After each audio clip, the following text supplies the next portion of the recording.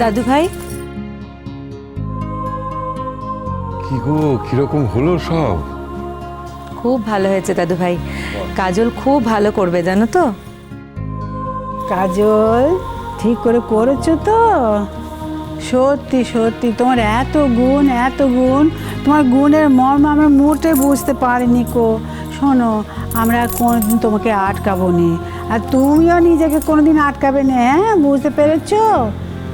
আর তোমার এই দিদি, ও যা করলো তোমার জন্যে, সত্যি শুধু দিদিরাই আটখানি করতে পারে। আজ ভূমি তোমার সত্যিকারের দিদির মতো কাজ করেছে। তুমি পুরনো কথা কিছু মনে রেখো না, কেমন? দাদু ভাই, মু তো কোনো সেদিন কোনো কিচ্ছু মনে রাখিনি, আজিও মনে রাখি না।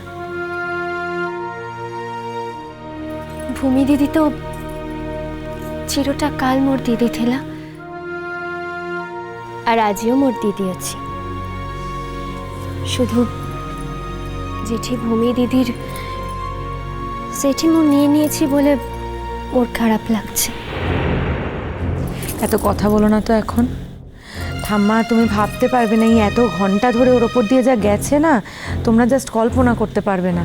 আমি তাই জন্যই ভেবে দেখলাম যে আমাদের শেষ হতে হতে ওর নাচ হতে দেরি হচ্ছে।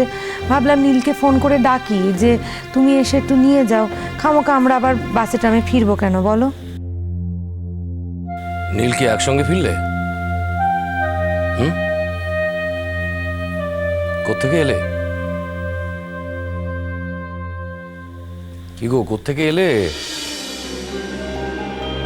মেজকা, তোমরা আসতে একটু লেট করলে, তাই পুরোটা শুনতে পাওনি। সময় মতো আসোনি তো। আমি বলছিলাম যে আজকে কাজলের নাচ শেষ হতে হতে বেশ দেরি হয়েছে, তাই আমি ভাবলাম আর বাসে ট্রেনে আসবো কেন, ওকে ফোন করে বললাম। ও তখন অফিস থেকে বেরোচ্ছিল, তাই একসঙ্গে নীলের সঙ্গেই ফিরলাম আমরা।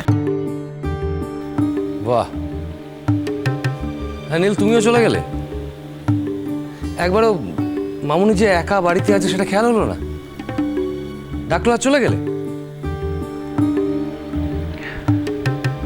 আরশি বাড়িতে একা আছে? হ্যাঁ। তখন একা ছিল। তা তোমরা বাড়িতে কেউ ছিলে না? নীল, তোমার বাড়িতে থাকা আর আমাদের থাকা কি এক হলো? এ আবার কি কথা? অফিস থেকে তাড়াতাড়ি বেরোতে পারলে সোজা বাড়ি চলে আসবে। আজও তাই করা উচিত ছিল তোমার।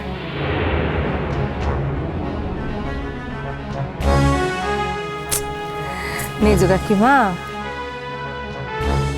তুমি তো বাচ্চাদের মতো করছো গো। আচ্ছা, নীল কি স্কুলের বাচ্চা যে তুমি ওকে এরকম বাচ্চাদের মতো ট্রিট করছো? এত বড় একটা ছেলে, ওকে তুমি বলছো যে অফিস থেকে তুমি সোজা বাড়ি চলে আসবে? হ্যাঁ বলছি ভূমি, কারণ নীল জানে ওর মা যা বলছে ওর ভালোর জন্যই বলছে। আর একটা কথা শোনো, বাড়িতে বউকে একা রেখে অন্য মেয়েকে লিফট দেওয়াটা কিন্তু ওর কাজ নয়। আবার ভুল করছো তুমি। অন্য মেয়ে তুমি কাকে বলছো? হ্যাঁ,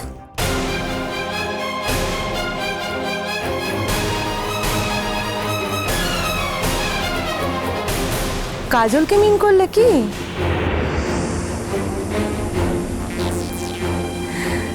কাজল তো অন্য মেয়ে নয়। হ্যাঁ, তুমি ওকে মন থেকে মেনে নিতে পারোনি, সেটা আলাদা কথা, কিন্তু তাই বলে আইনটাকেও তো কখনো সখনো মেনে নিতে হয় মেজো কাকিমা। তা না হলে কি করে হয় বলো তো?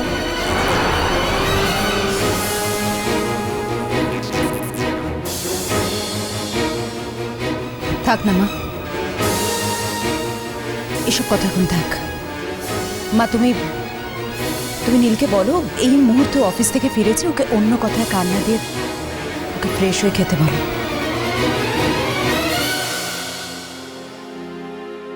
দেখো দেখো দেখো দেখো, কে বউ আর কে বউ নয় দেখো।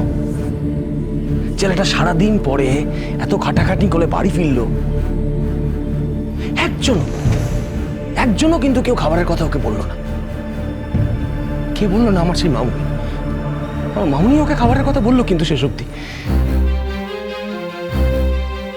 বাপি, এসব কথা না হয় পরেও হতে পারে, না না, মা মা তুমি তো ঘুমিয়ে পড়েছিলে, আর সন্ধে হয়ে যাচ্ছে থেকে লুচিগুলো আমি ভেজে নিয়েছি।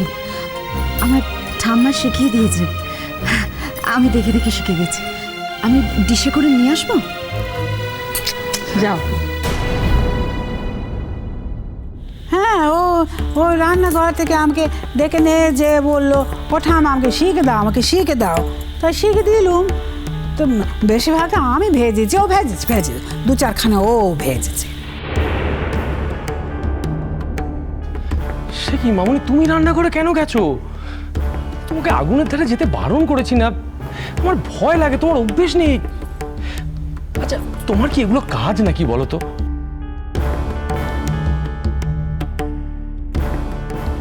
বড় বৌদি যদি কয়েকটা দিন রান্নাঘরে আসতে না পারে, কয়েকটা দিন অসুবিধা থাকতেই পারে। ভূমি যদি সারাক্ষণ ধরে সমাজসেবা করে যায়, আর এই যে বাড়ির আশ্রিতা, তিনি যদি হঠাৎ করে নিজেকে শিল্পী হয়ে ওঠার চেষ্টা করেন, তাহলে কি বলবো, বাড়িটা দিন দিন একেবারে হোটেল হয়ে যাচ্ছে। সত্যি দিন দিন। সিমু, একটা কাজ করো তো, সিমু একটা কাজ করো, তুমি তার থেকে কাজের লোক রাখো তো, কালকে থেকে কাজের লোক রাখো বাড়িতে, তাকে দিয়ে কাজ করো।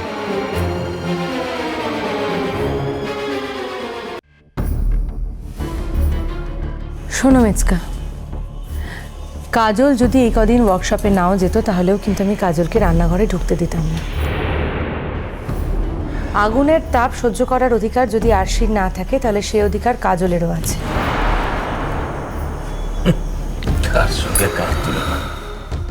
চলো চলো চলো নীল, চলো।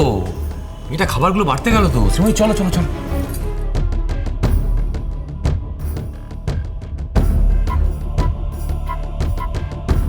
এসো।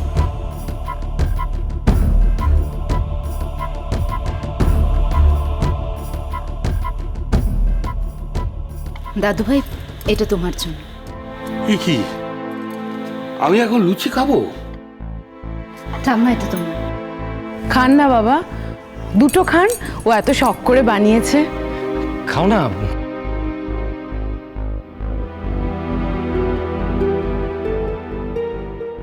আসলে ওই বা কি করবে বলো, ওরও তো সময় কাটে না। নীল তো ওর ইচ্ছে মতো যখন খুশি বাড়ি ফিরছে। বাড়ির অন্যরাও তো সেরকমই, যখন ইচ্ছে ঢুকছে, যখন ইচ্ছে বেরোচ্ছে। ওই বা কি করবে বলো, সময় কাটানোর জন্য রান্নাঘরটাকেই বেছে নিয়েছে। আর ও তো করছে বাড়ি সবার জন্যে।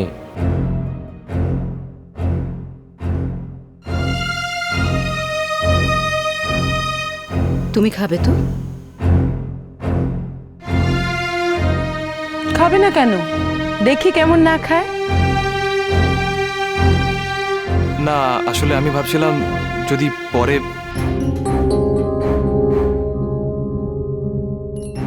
না না না না না, তুমি আর অন্য কিছু ভেবো না। তুমি এক্ষুনি এসো, খেতে বসো। এসো।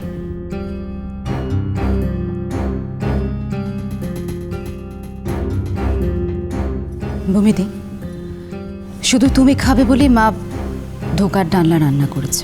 নিরামিষ তো, তাই। তুমি খাবে এখন? কি ব্যাপার তোমার, সবাইকে এত যত্ন করে খাওয়াচ্ছ? যেটা তুমি কখনো করনি, সেটা যে কেউ কোনোদিন করবে না, এমনটা ভাবার তো কোনো কথাই নেই, তাই না?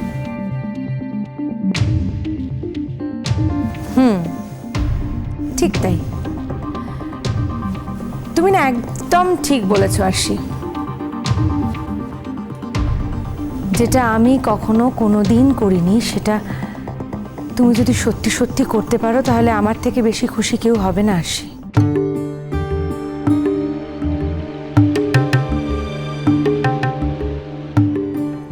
নীল, এসো বসো। নীল, হ্যাঁ হ্যাঁ, আমি হাতটা ধুয়ে আসছি। কাজল, তুমি খাবে তো? নাকি লুচিগুলো আমি ভেজেছি বলে তুমি আমার তৈরি করা লুচি খাবেই না? কোনটা? খাবো না কাই কি আসি দিদি? আমি সারাদিন ধরে এতে কাজ করলে, মু তো সারাদিন ঘরটাতেই ছিলাম না, তাই কিচ্ছু করতে পারিনি।